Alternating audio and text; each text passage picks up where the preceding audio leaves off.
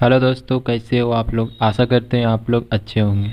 दोस्तों, हम लोग इस वीडियो में बिहार बोर्ड का क्लास 8 का सामाजिक आर्थिक एवं राजनीतिक जीवन का अध्याय 1 भारतीय संविधान का सारा प्रश्न अभ्यास इस वीडियो में हम लोग सॉल्व करेंगे। जितना भी इसमें क्वेश्चन आंसर है सारा इसमें हम लोग सॉल्व करेंगे अभ्यास के प्रश्न। तो चलिए वीडियो स्टार्ट कर लेते हैं दोस्तों। तो इसमें पहला प्रश्न है अभ्यास प्रश्न से। प्रश्न एक नागरिक के रूप में देश के लोगों के लिए संविधान महत्वपूर्ण क्यों है। तो इसका उत्तर हम लोग लिखेंगे। एक नागरिक के रूप में देश के लोगों के लिए संविधान बहुत महत्वपूर्ण है। संविधान देश के लोगों के हितों की रक्षा को सुनिश्चित करता है और लोगों के बुनियादी मूल्यों व अधिकारों की रक्षा संविधान द्वारा ही संभव है।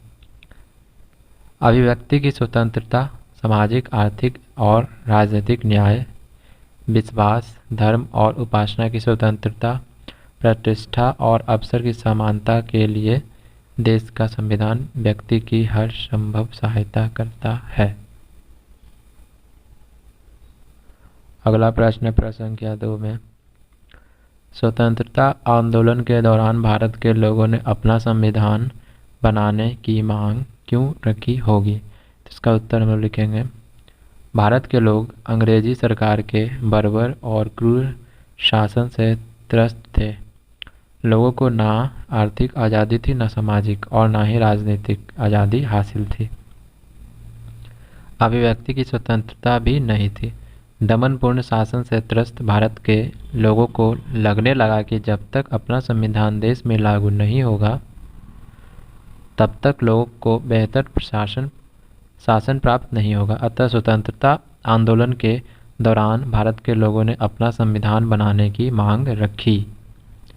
अगला प्रश्न है प्रश्न संख्या 3 में भारत के संविधान में दिए गए मूल्यों में से आपको कौन सा मूल्य सबसे महत्वपूर्ण लगता है और क्यों। तो इसका उत्तर हम लोग लिखेंगे। भारत के संविधान में दिए गए मूल्यों में से मुझे बुनियादी मूल्य सबसे महत्वपूर्ण लगते हैं। इन मूल्यों में प्रमुख हैं लोकतंत्र, स्वतंत्रता, समानता, न्याय और धर्मनिरपेक्षता। इन मूल्यों का महत्व इस तथ्य से पता चलता है कि इन्हें सबसे पहले संविधान के उद्देश्यों में शामिल किया गया था एवं इन्हें संविधान की उद्देशिका में लिखा गया। अगला प्रश्न है प्रश्न संख्या 4 में संविधान में दिए गए समानता और सामाजिक न्याय को लागू करने के लिए सरकार द्वारा जो योजनाएं चलाई जा रही है उन्हें निम्न तालिका में भरिए। तो यहाँ पर हम लोग लिखेंगे समता समता का मूल्य और सामाजिक न्याय। तो समता के मूल्य में लिखेंगे अनुसूचित जाति और जनजातियों के बच्चों के लिए छात्रवृत्ति योजना।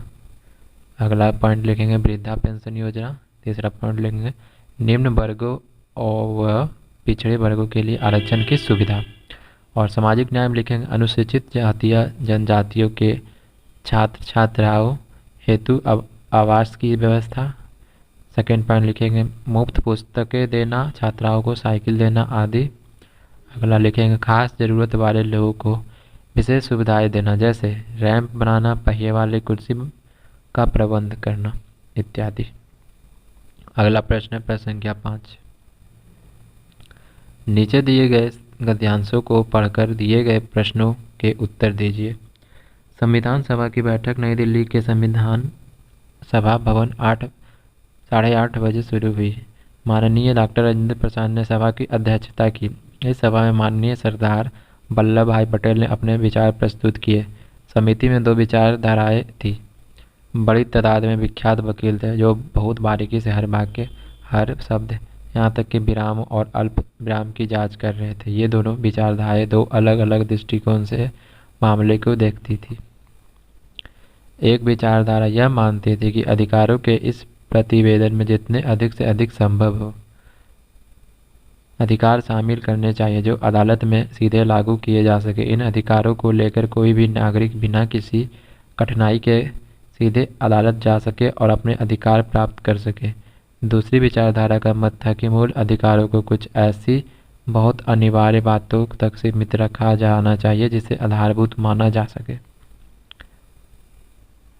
दोनों विचारधारों में काफ़ी बहस हुई और अंत में एक बीच का रास्ता निकला जिसके एक अच्छा मध्यम मार्ग माना गया। दोनों विचारधाराओं के लोगों के यह सिर्फ एक देश के मूल अधिकारों का अध्ययन नहीं बल्कि दुनिया के लगभग हर देश के मूल अधिकारों का अध्ययन किया।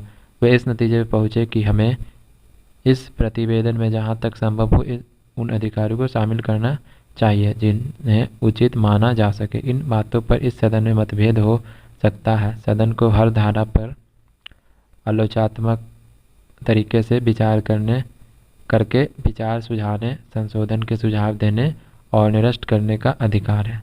तो इसमें प्रश्न है, प्रश्न 1 में संविधान सभा के मूल अधिकारों की समिति में कौन कौन से विचार प्रमुख रूप से उभर रहे थे? तो इसका उत्तर हम लिखेंगे। संविधान सभा की मूल अधिकारों की समिति में दो विचारधाराएं प्रमुख रूप से उभर रहे थे। एक विचारधारा यह मानती थी कि अधिकारों के इस प्रतिवेदन में जितने अधिक से अधिक संभव हो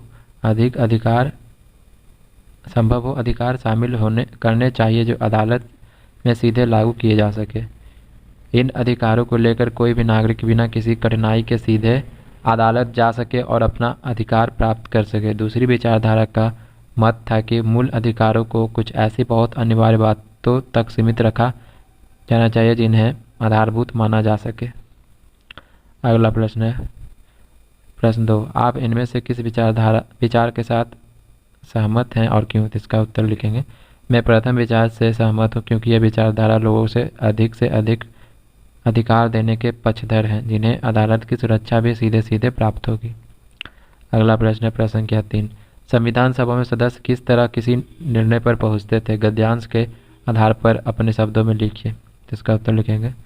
संविधान सभा के सदस्य काफ़ी बहस कर अंत में किसी मुद्दे पर बीच का रास्ता निकालते थे जिसे एक अच्छा मध्यम मार्ग माना जा सकता था। तो दोस्तों, हम लोगों ने इस वीडियो में बिहार बोर्ड का क्लास 8 का सामाजिक, आर्थिक एवं राजनीतिक जीवन का अध्याय 1 भारतीय संविधान का सारा प्रश्न अभ्यास इस वीडियो में हम लोगों ने सॉल्व किया, यानी क्वेश्चन आंसर इस वीडियो में हम लोगों ने किया। तो अगर वीडियो आपको ज़रा सा भी हेल्पफुल लगा, यानी आपके लिए मददगार साबित हुआ, तो प्लीज़ आप इस चैनल को सब्सक्राइब कर लीजिए और इस वीडियो को लाइक और अपने दोस्तों के साथ शेयर करना ना भूलें। तो मिलते हैं अगले वीडियो में दोस्तों।